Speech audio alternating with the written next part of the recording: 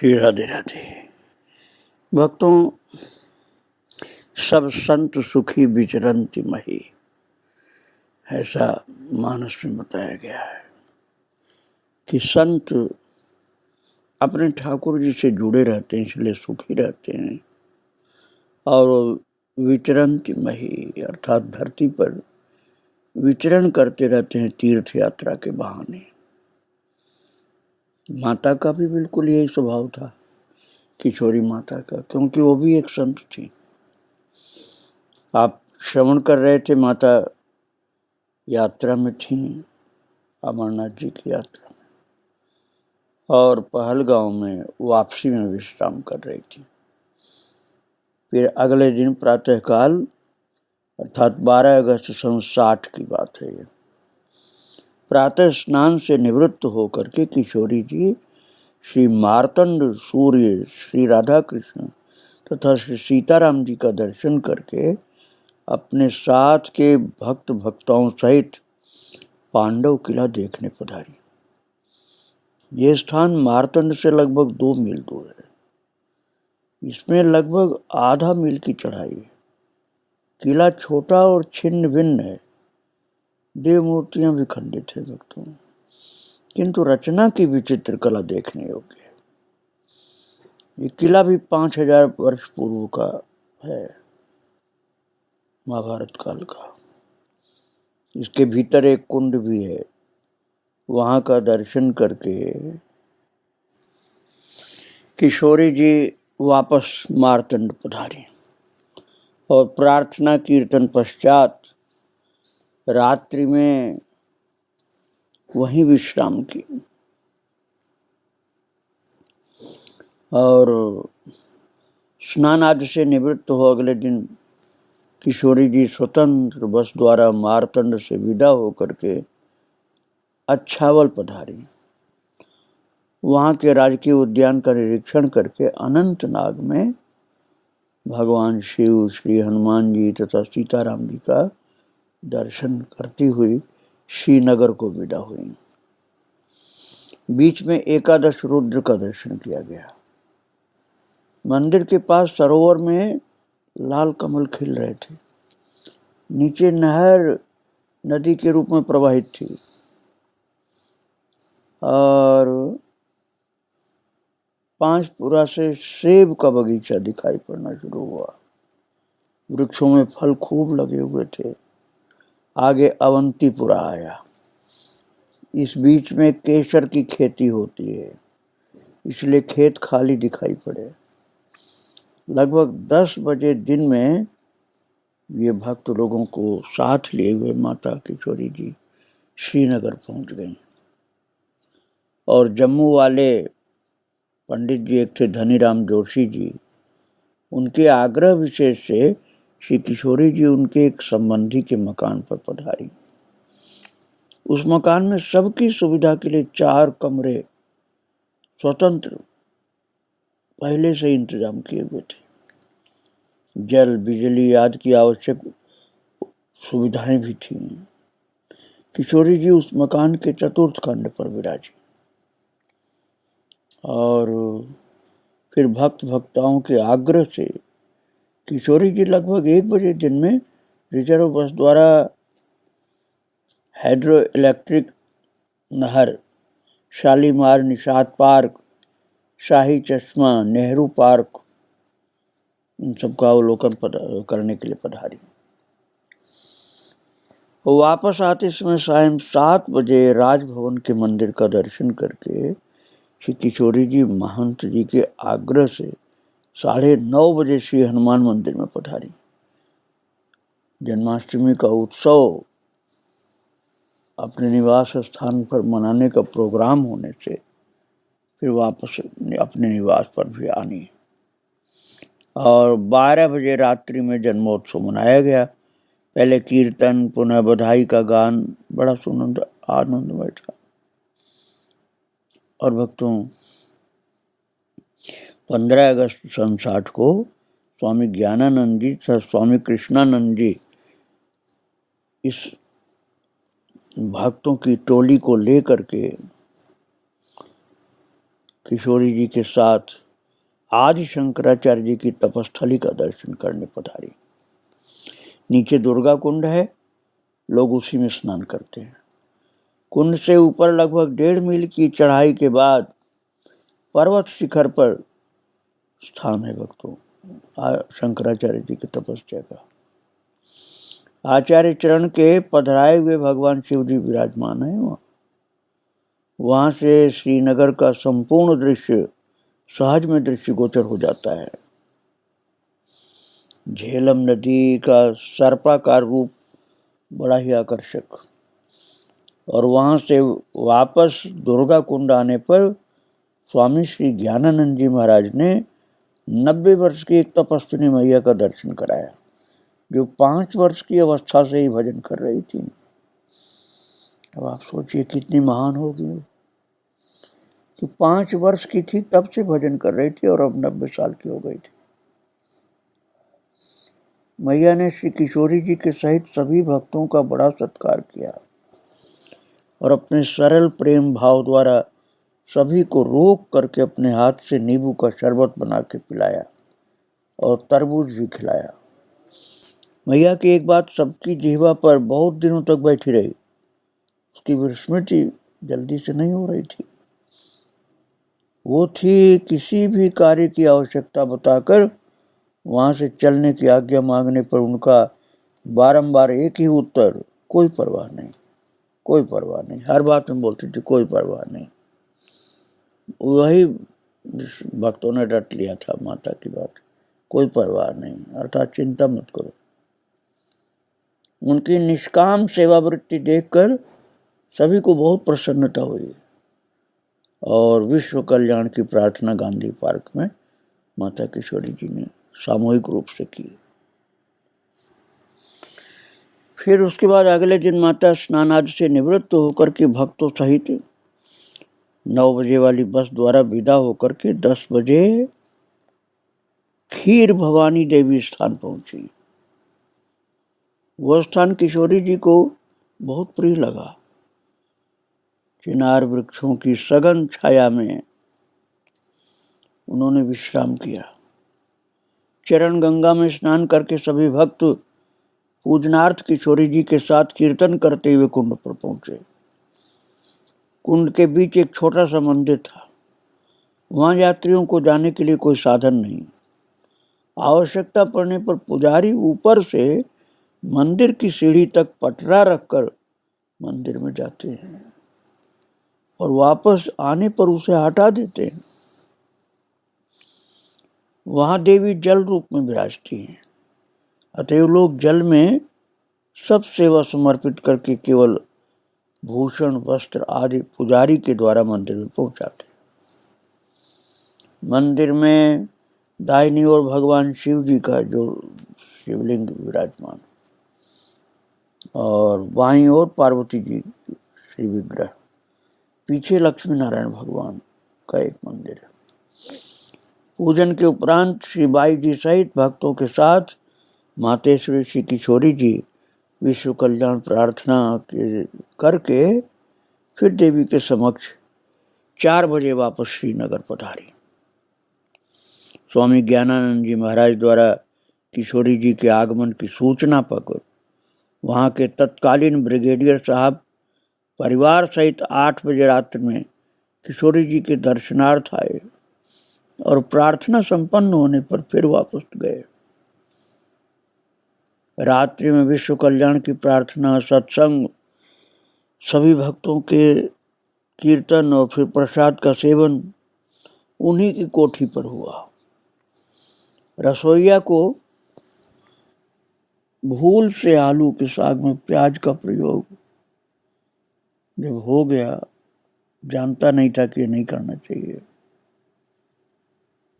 तो महाराज ब्रिगेडियर साहब ने उस प्याज वाले साग को अलग करके फिर क्षमा प्रार्थना मांगे माता किशोरी से कि माता, अनजान में भूल हम लोगों से हुई है, हम उस साग को अलग कर दिए जिसमें प्याज पड़ा हुआ था। तो उनकी विनम्रता और श्रद्धा देख करके माता को प्रसन्नता हुई और किशोरी जी श्रीनगर से जम्मू को विदा हुई।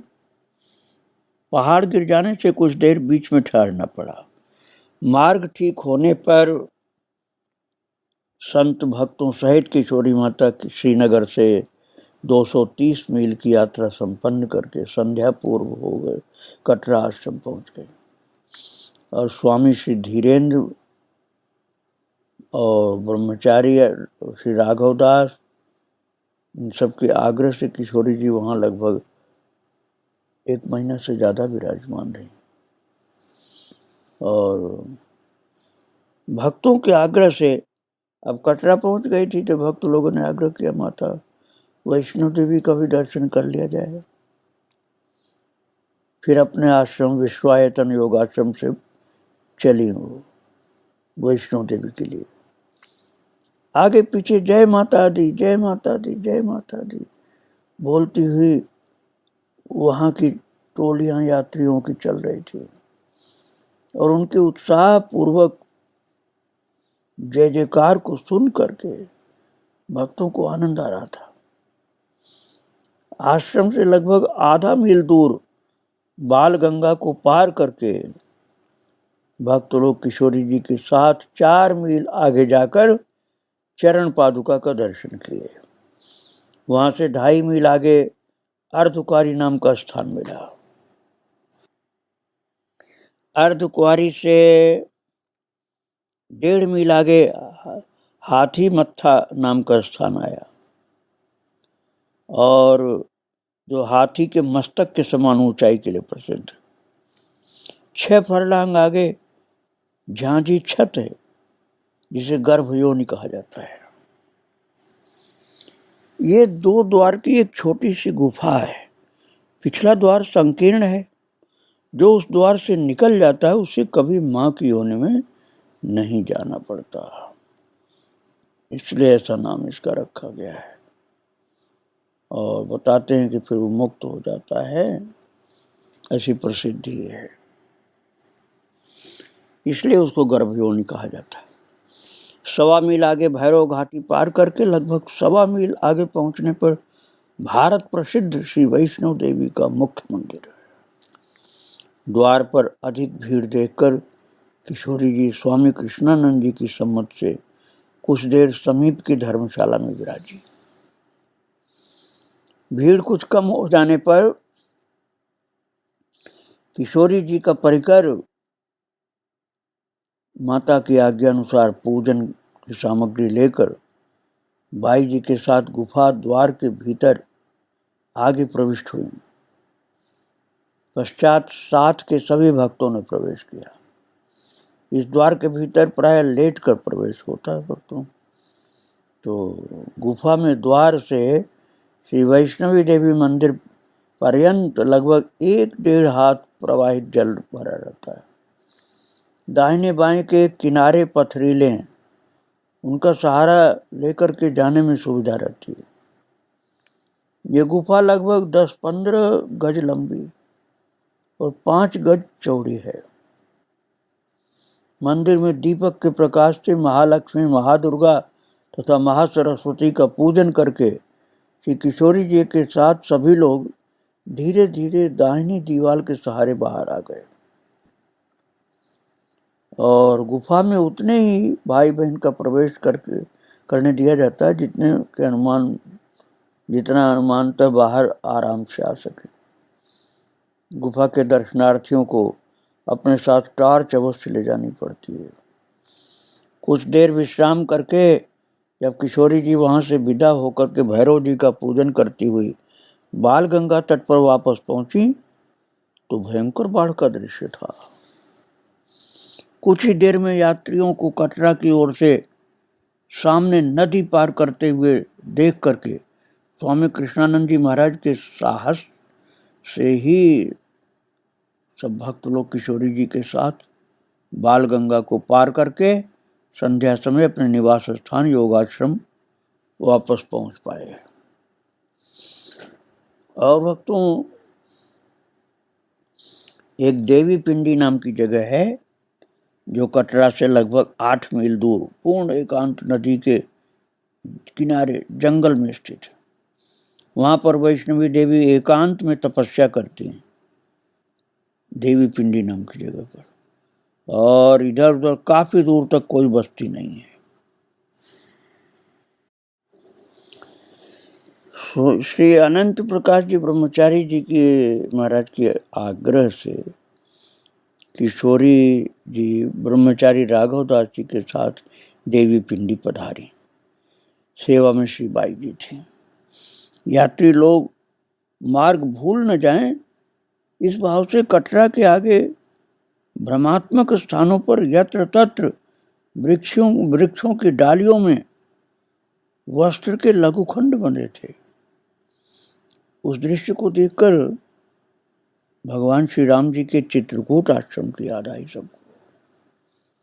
वहां भी जंगली पगडंडियों के आश्रम पहुंचने की सुविधा के लिए लखनलाल जी ने सभी शाखाओं में जगह जगह चीरखंड बांधे थे, जिससे कोई भटके नहीं। कटरा और देवी पिंडी के बीच 3 मील पर एक पेंथल नाम की बस्ती है। वहां के निवासी बड़े सज्जन और श्रद्धालु प्रतीत हुए। पेंथल से आगे कहीं कहीं 1.5 हाथ ही चौड़ा मार्ग मिलता था, जिसमें एक और पहाड़, दूसरी ओर मीलों नीचे भूमि देखकर बहुत साहस बटोर करके उस मार्ग द्वारा देवी पिंडी पहुंचा जाता है। इसलिए देवी पिंडी हर कोई नहीं जाता भक्तों। और श्री किशोरी जी को श्री अनंत प्रकाश ब्रह्मचारी जी महाराज द्वारा सेवित उस देवी पिंडी स्थान को देखकर बहुत प्रसन्नता हुई।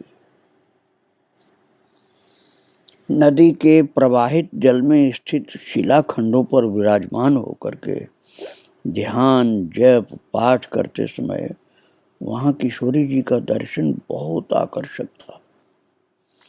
श्री किशोरी जी के देवी पिंडी निवास काल में आवश्यक सामान एवं डाक ले आने और ले जाने की सेवा श्री ब्रह्मचारी जी राघव दास जी संभालते थे।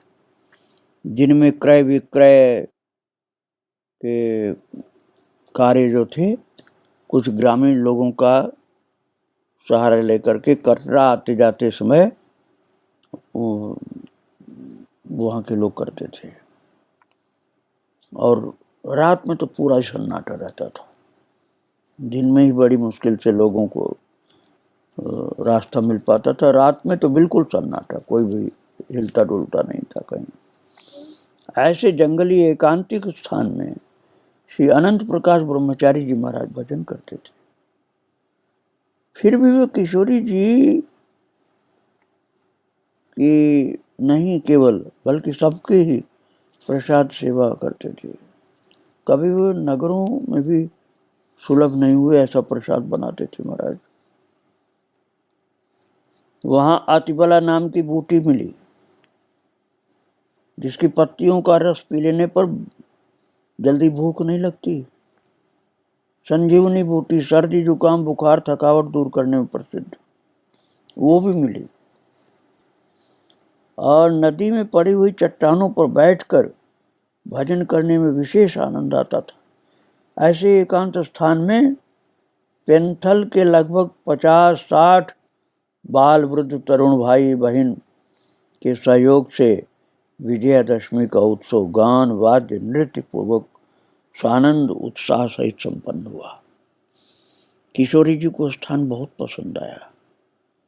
इस भावना से मना करने पर भी उन लोगों ने ऐसे दुर्गम मार्ग वाले 6 मील दूर उस स्थान में कटरा से ईंटा, सीमेंट, बालू ला करके सुविधापूर्वक कमरा भी बनवाया महाराज।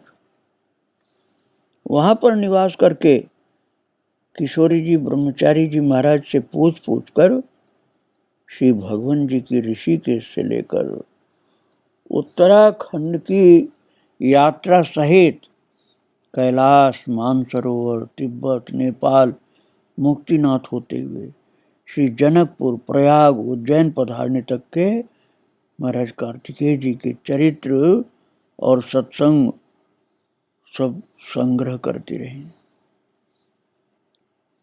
श्री ब्रह्मचारी जी के द्वारा किशोरी माता ने ये सब संग्रहित किया था। बहुत उनको आनंद आया गुरुदेव की यात्रा स्थली का दर्शन करके।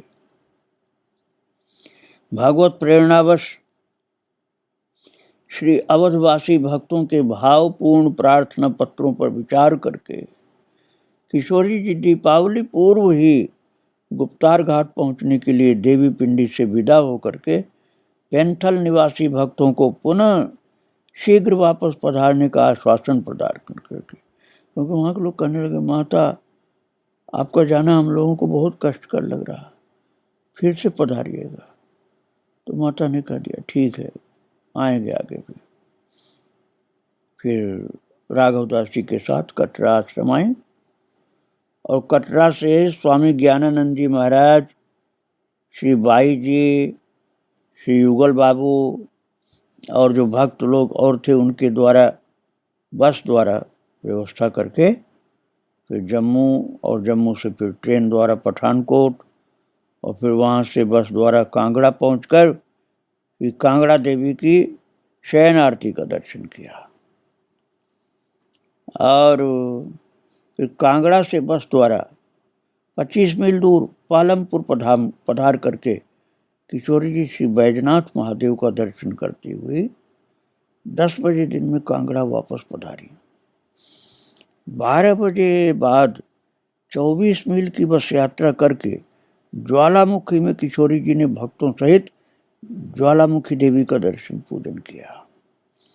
मंदिर के आगे तथा पीछे भाग के कई स्थानों में माता देवी ज्वाला रूप में दर्शन प्रदान करती रहती हैं। उनकी ज्वाला जल बढ़ाने चढ़ाने से घृताहुत के समान उद्दीप्त होती है। जल चढ़ाने से वो ज्वाला बुझती नहीं, जैसे घी पड़ जाए ऐसे तीव्र हो जाती है।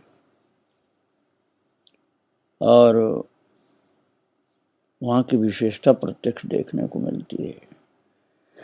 ज्वालामुखी रोड से किशोरी जी भक्तों सहित 78 मील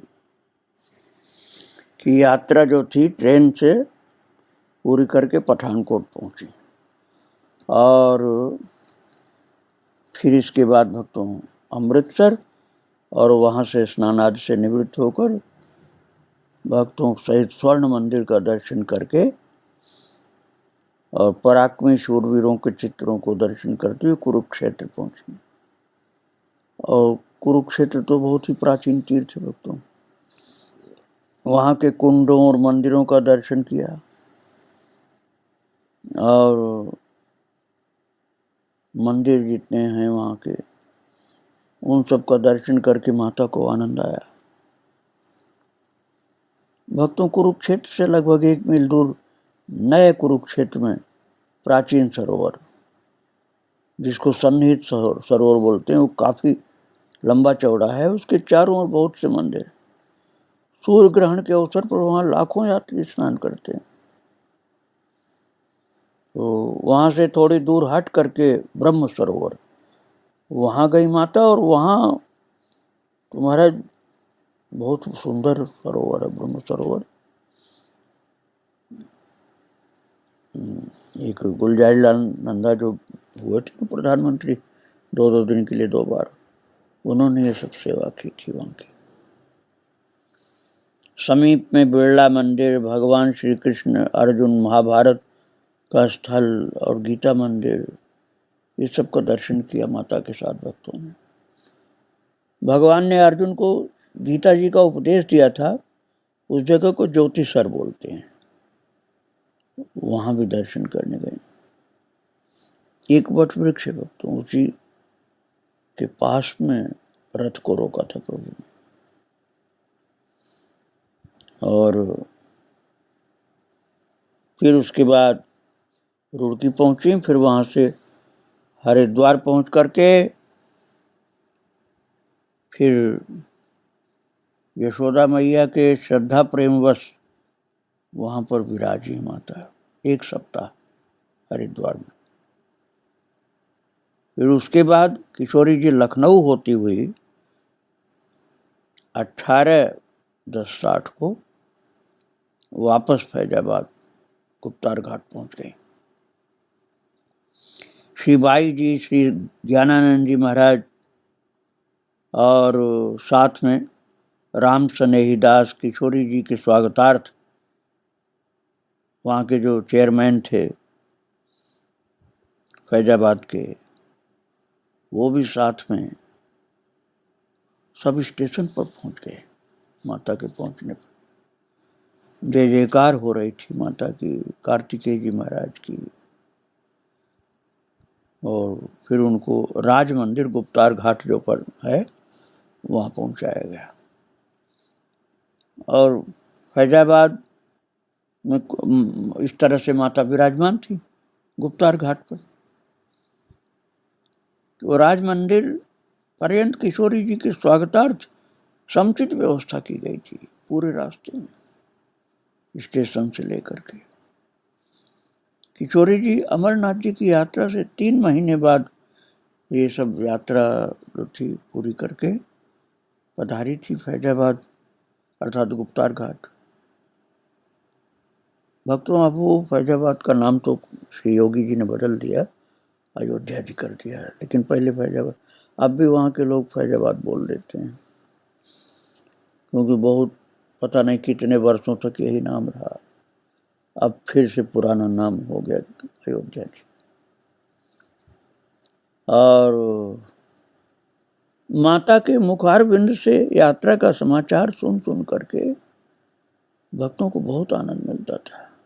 और वही गुरुदेव भगवान की जो जगह है वट वृक्ष, उसी वट वृक्ष के नीचे सत्संग का लाभ भक्तों को मिलने लगा, जहाँ कार्तिकेय जी के द्वारा ज्ञान प्राप्त होता था और कार्तिकेय जी के आदेश के अनुसार माता भक्ति की बात सुनाती थी।